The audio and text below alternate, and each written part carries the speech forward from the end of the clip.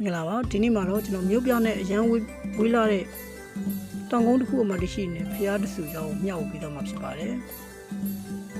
ကျွန်တော်တို့မြင်တွေ့နေရတဲ့ပုံမှန်အတိုင်းမဟုတ်ဘူးကျောင်းဆောင်ကြီးအရန်ကိုခံလာလို့နေကြီးကျယ်တယ်အဝေးကကြည့်တာကိုပဲကျွန်တော်တို့မြင်သက်ရှုမဝေးရရန်ကောင်းတယ်လက်ပုံနဲ့နိုင်ကြနေတာပဲပေါ့နော်ကျွန်တော်ကတော့ကိုအောင်26ပါခင်ဗျာကျွန်တော်ပုံမှန်ဘူးသူရတွေကိုမြောက်ပေးနေသူကဘာသာရေးပဲတိတက်တင်နေသူဖြစ်ပါတယ်ခုမြင်တွေ့နေရတော့ကျွန်တော်တို့ရွှေသားလျောင်း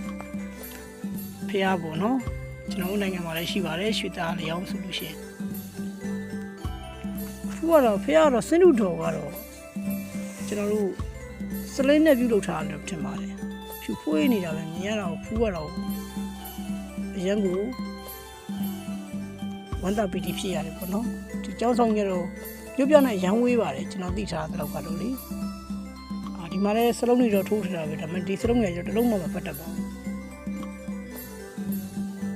ခဏရဲသူ့နိုင်ငံမှာမအူးတွေမှာအများစုဒီငကားတွေကကိုတကူတဲ့နဲ့ငကား